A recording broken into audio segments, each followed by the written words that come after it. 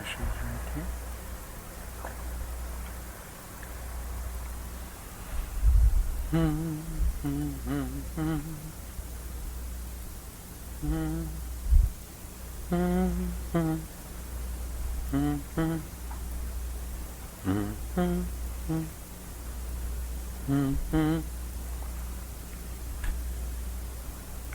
Good morning, teacher.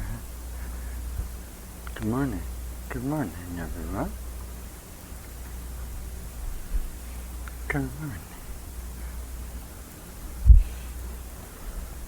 This is the illuminate process going on for a lot of you now, isn't it?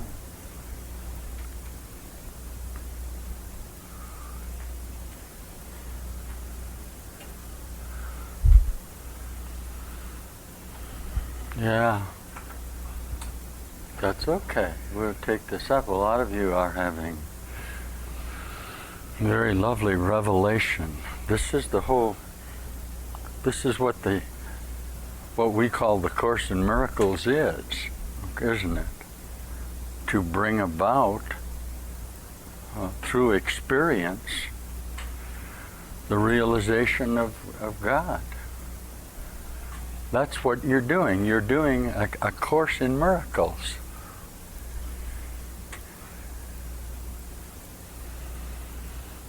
You are having the experience of reality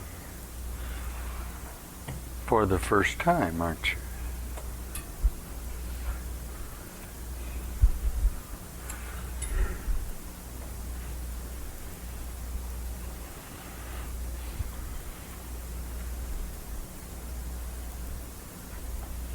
The teaching is that if you can't get it now, of course, you won't be able to get it later, will you?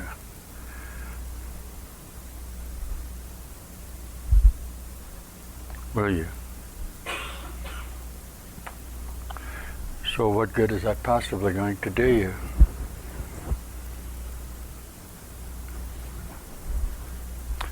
No good.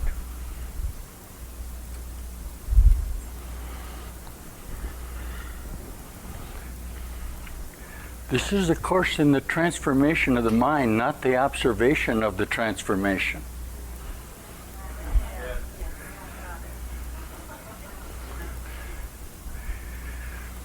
This course now, as we're going to present it to you today, is for the rapidly maturing mind through the auspices of Jesus Christ. This is a teaching of the metamorphosis of man coming from his chaotic perceptual associations to the realization of his universal wholeness in love. Huh? Is that so? Is that what's happened to you? Huh? Where does the verification for this occur? Here on earth? No. No. Now we're into the teaching, aren't we? This cannot be verified here because there is no evidence of divine love present in perceptual defensive associations. That's a fact. You guys are hearing this very plainly. Okay? What is then necessary for the perceptual mind to come to the realization of singularity? Okay? Transformation. Okay. Staying out of the Course in Miracles for just a moment. The whole dilemma of human consciousness, of perceptual mind, is what? The need to know what you are. The need to know what this is. To seek within your associate consciousness the peace and the happiness and the joy and the love that you feel inherently a part of. That is what you are. And seek it you must. And find it you must reasonably if you seek it. from a very reasonable standpoint, if you were to look at it, why is it that you could seek something and not find it?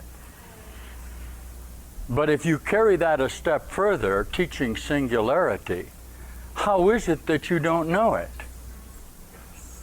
Could you in fact search for something that you don't already know? No, not reasonably. This is the teachings of Shankara. This is the declaration of singularity. It is the single assertion that separation cannot be real, because finally there must be a single whole beingness, a universal condition of reality. It makes absolutely no difference what you call that. Of course not. What difference does it make? Okay, that's God. Okay, that's God. Now, you will bring inevitably your idea, all right, of God, which God is an idea, because mind, okay, is the idea or mechanism of the assertion of creative capacity, which is inherent in the creative whole structure of universal consciousness. You cannot not create, because that's what you are. Okay, but here's the dilemma. Consciousness must still be singular. Okay, the idea of separate things communicating does not make sense in the reasoning process. This is a fact. You don't have to, not using the Course in Miracles. All they would be able to do would be to judge themselves in their perceptual associations with themselves. All right.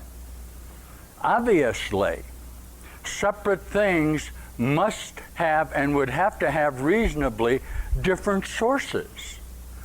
Now, we could look at reasonably there, somewhere there could be an idea of different sources, but how are they different? If they are different, they must be in fundamental conflict with each other. This is impossible, this be so. You cannot break off a piece of the whole and have a whole. Okay? This is the premise of the teachings of Jesus Christ in the Course in Miracles, because it is simply the premise of all whole-mindedness. This cannot not be so. This is called singularity. It's not really open to question. It's the ontological assertion of a human being that there is ultimately a whole divine relationship with himself in accordance with his perceptual principles of harmony. He has to know that. And he does know it. And not only does he know it, but he shares it. Okay? Now, here's the direction we will take. From an illuminate mind, okay, from this mind which is illuminate, the Course in Miracles, Jesus Christ which is illuminate, we will direct to you the manner in which you may make application of your perceptual relationships to the determination of your whole self as God or truth created you. That's A Course in Miracles. Okay? Everybody, am I okay so far? Yes. What we're going to do is construct the Course in Miracles reasonably within a statement of what? Whole time, as it declares, without the necessity for a historic frame of reference, with a declaration that it's happening to you now, with the assertion that it requires a transformation of your mind, and with the declaration that there is all around you evidence of that transformation if you are willing to seek it and make allowances for it in your own perceptual associations. I got it? And that's what's happened to a lot of you, okay? This is what then? The miracle of your awakening. Now, where are the difficulties with this? The real difficulty with it. It is the assertion of the necessity for the perceptual mind to undergo a revision, a metamorphosis, or a transformation in order to come to truth. And this must be rigorously denied by the perceptual mind itself, which is in a configuration with its own reality. Okay? It is not tolerable to perceptual mind that there is finally, that there's a single whole creative effort. You think it is, but it's not. Now, we're taping this morning, yes, okay?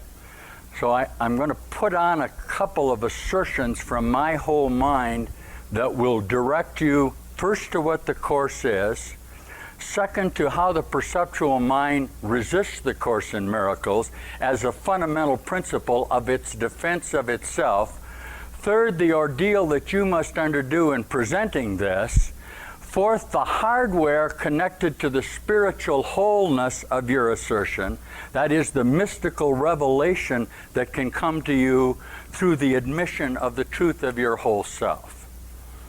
Okay? There's a little out of time book that we put together some time ago that says this. First, a definition of the Course in Miracles.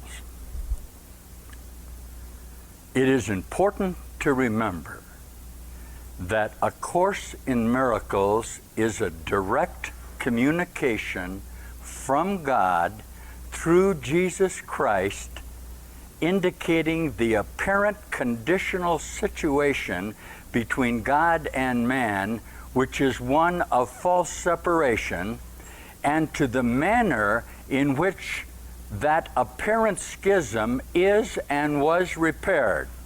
Its sole purpose is to bring enlightenment through the transformation of your mind. Okay, you may use this as a definitive statement of the Course in Miracles. Now, this is a true statement of what the Course is. This is what it says it is. This is what you know it is. This is the process that you underwent to determine it was so. It's impossible that that not be so, because I'm telling you this is what this is now. This is what it says it is. I'm going to spend a little time disallowing your perceptual observations of the Course. Why? The Course in Miracles is a course in disallowing all of your perceptual relationships. Yes, yes. It has nothing to do with you, with your stating what the Course is or isn't. Your established mind is in a fundamental denial of this, isn't it? Okay? This is what we're going to declare. Now, how are we going to do it? We're going to make this statement to you reasonably. Now, this statement has nothing to do particularly with the Course in Miracles, but it does have to do with the dilemma of consciousness perceptual mind trying to identify itself. This is the problem. Listen. Let's look at A Course in Miracles as an effect of superconsciousness. Just for a minute. Okay, just for a minute, look at it as coming from out of time. Huh? Did it come from out of time? Yeah, oh sure. Yeah. Where did it come from? A consciousness identified as Jesus Christ of Nazareth, who is in my total framework of memory of the Course. Okay, ready? Here we go. That is, with Jesus Christ as its true causation. Now, the acceptance or admission that A Course in Miracles originated from an absolutely unearthly source, that is, wasn't written here, was written in an alien place, did not come from Earth, came from a star, came from somewhere outside of which you're deriving here in your consciousness association, all right? That A Course in Miracles originated from an absolutely unearthly source, while it appears simple, is the single most difficult barrier to enlightenment the immature consciousness faces. Why? No matter how overwhelmingly predominant the evidence, both in method of origination and in content, that this is indeed so, the assertion is finally, inevitably, an act of faith. Yes. Yes. It must be. It must be. Listen, you must remember that human conceptual consciousness is explicitly formulated in a self-perpetuating structure of thought that denies singularity. Nothing could be more devastating to the dualistic mind construct that is limited perceptual reality than the realization that A Course in Miracles is indeed not of this world, but actually truth speaking to falsity. In other words, God-man speaking to God. All right?